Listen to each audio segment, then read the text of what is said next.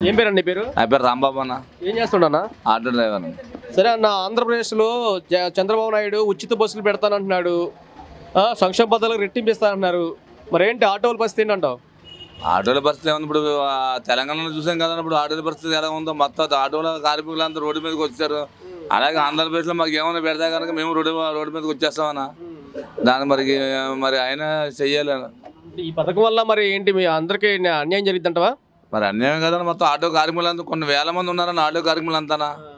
మరి చాలా మందికి పోషణాకారం పోతుంది కదన్న మొత్తం అంతానా.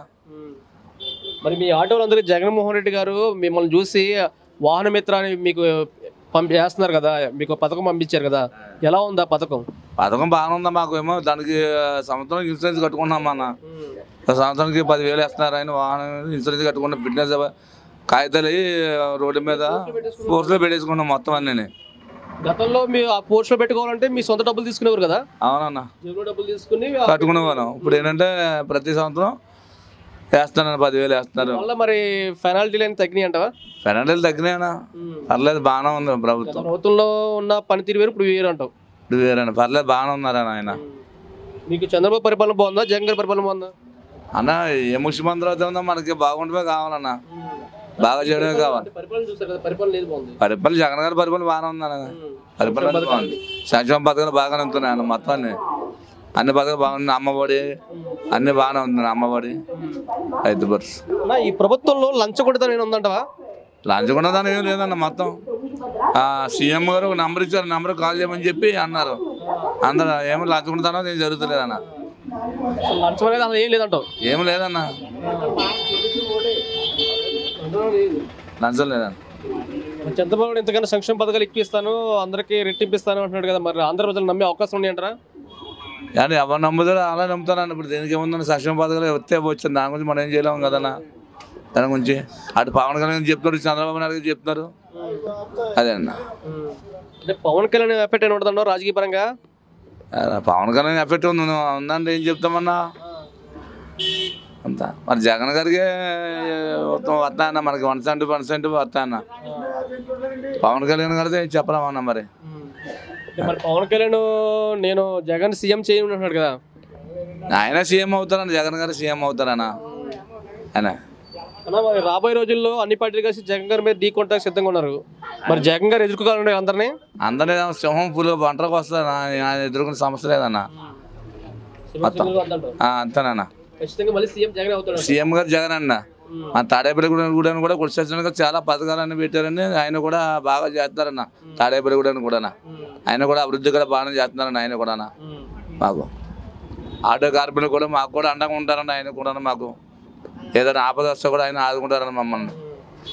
ఇప్పుడు ఏదైనా సంక్షేమ పథకం కానీ పథకాలు కానీ ఏదైనా అప్లికేషన్ పెట్టుకోవాలంటే కనుక ఎంఆర్ ఆఫ్ చుట్టూ ఎండి ఆఫ్ చుట్టూ తిరుగుతున్నారు. ఇప్పుడు ఏమో అక్కర్లేదన్న. ఇప్పుడు ఈ సేవా కార్యక్రమం ఆన్లైన్ చేశారు కదన్న, మొత్తం అన్ని డైరెక్ట్గా అవుతుందన్న. ఆన్లైన్ ద్వారా చేసుకోమన్నారు. సచివాలయ వ్యవస్థ వాలంటీర్ వ్యవస్థ ఎలా ఉందన్న? పర్లేదు బాగానే ఉందన్న. మొత్తం మా ప్రాబ్లమ్స్ అన్నీ చూస్తారన్న వాళ్ళు మొత్తం అన్ని.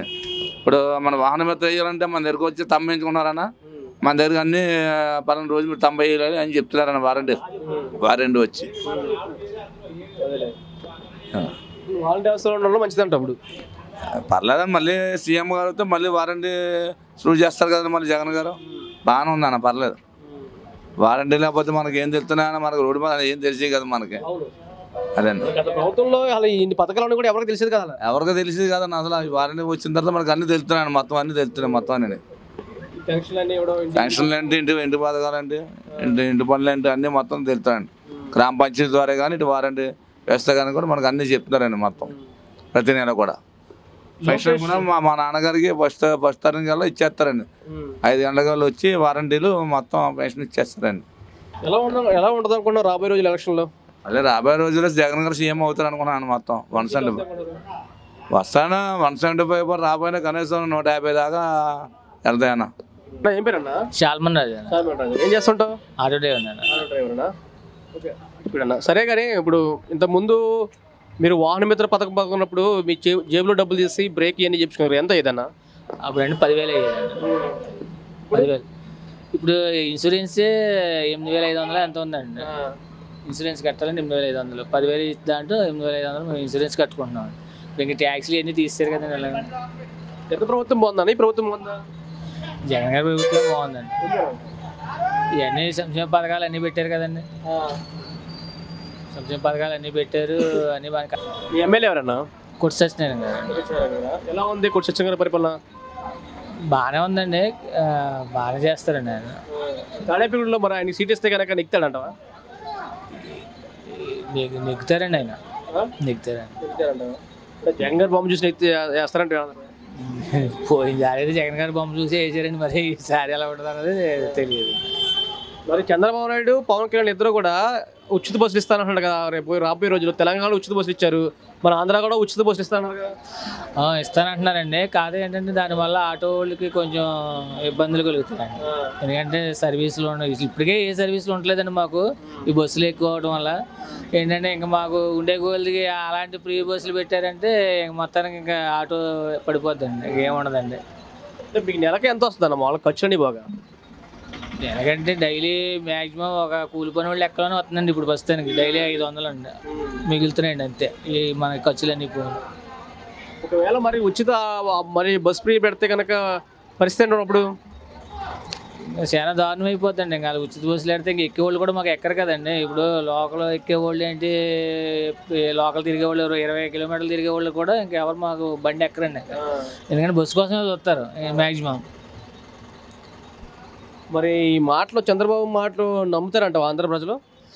ఇవన్నీ నమ్మరనే అనుకుంటున్నామండి. ఎందుకంటే అది ఏంటంటే గెలిచేంత వరకు ఇలాగా మాట్లాడుతున్నారు అనుకుంటున్నామండి మేము అయితే ప్రస్తుతానికి. మరి తెలంగాణలో ఉచిత బస్సుల ప్రభావం ఉంది, మరి ఆంధ్ర మీద కూడా పడే అవకాశం ఉందిగా. అక్కడ పడినా ఇక్కడ అక్కడైనా కొంచెం పర్వాలేదండి. ఎందుకంటే బాగా సిటీ కదండి. అది ఏమైందంటే గవ్వుకొని అక్కడ వేసినా ఏవో కిరాయిలని లోకల్ బోర్డు కిరాయిలు ఉంటాయండి. అక్కడ బోర్డు స్టేజీలు ఉన్నాయి కదండి. అక్కడ నాంపల్లి అని ఊళ్ళో ఉన్నాయి కదా. అలాగా లోకల్ కిరాయిలన్నీ పడుతూ ఉంటాయి. అటు పర్లేదండి అక్కడ. ఇక మనకు వచ్చేసరికి ఏమవుతుందంటే ఇది ఇక్కడ మ్యాక్సిమం బస్సు కోసం చూసేవాళ్ళు ఎక్కువ అండి. మన పశ్చిమ గోదావరి జిల్లా అయితే మటుకి అసలు అనవసరం అండి. అవునండి. అవునండి. మ్యాక్సిమం చూస్తున్నారు కానీ మ్యాక్సిమం బస్సు కోసం చూస్తారు. తక్కువ అండి. అలాంటప్పుడు ఇంకా మరి ఇబ్బంది ఇంకా పడిపోద్దండి. ఇంకా వ్యాపారం ఏమి ఉండదండి. ఇంకా ఆటో మొత్తం ఇంకా బయటపడిపోవాల్సి వస్తుందండి. మరి ఏ పార్టీ వద్దాం అనుకుంటున్నా? ఏ పార్టీ సంక్షేమ పథకాలకు ఆల్రెడీ జగన్ గారు ఇచ్చారు కదండి. ఇప్పుడు ఆ నిమిత్తం ప్రకారం ఏంటంటే ఈ పథకాల గురించి ఆలోచించేవాళ్ళు కొంతమంది, మామూలుగా ఆలోచించేవాళ్ళు కొంతమంది ఉంటారండి. అదండి పథకాలు పోతాయేమో అని చేసుకునే వాళ్ళు అబ్బాయి జగనే కావాలని కూడా జగన్ వేసుకుంటారండి. అదే అంటే అందరూ కూడా 100కి 80% జగన్ అంటున్నారు. అవునండి. అదే అండి పథకాలు. మరి పథకాలు అమలు మరి తర్వాత రావు కదండి పథకాలండి. జగన్ గారు రాకపోతే పథకాలు రావు, అన్ని క్యాన్సిల్ అయిపోతాయి కదా. లంచం అని అసలు ఈ ప్రభుత్వం ఉందా అసలు? ఏమండి లంచగొండితనం ఈ ప్రభుత్వం ఉందా? లంచగొండితనం అయితే లేదండి. లేదు. అందరూ మన ఇంటికి వచ్చి చేస్తున్నారు. ఈ వాలంటీర్ వ్యవస్థ సచివాలయ వ్యవస్థ గురించి ఏమంటారు? అవి పర్లేదండి. మనకి గౌకొని ఏమన్నా చేస్తున్నారు కానీ అన్నిటికన్నీ సహాయం చేస్తున్నారు. ఏదైనా మన అవసరం ఉన్నా చేస్తున్నారండి. రాబోయే రోజులు ఎలక్షన్ మాత్రం టఫ్ కొడదండి. తప్పదండి. బాగుంటుందండి. కానీ మరి జగన్ గారు 170 అని ఫిక్స్ అనుకుంటున్నారు. 170 రాదులేండి. ఈసారి 150 అలా వస్తాం. సీఎం మాత్రం జగన్ అవుతారు. అది వీటి గురించేనండి. అన్నిటి సంక్షేమ పథకాలు పోతాయి అన్న ఆలోచనతో జనాలు అవగాహన చేయలేము కానండి. అదే అండి. సీఎం మాత్రం జగన్ అవుతారండి.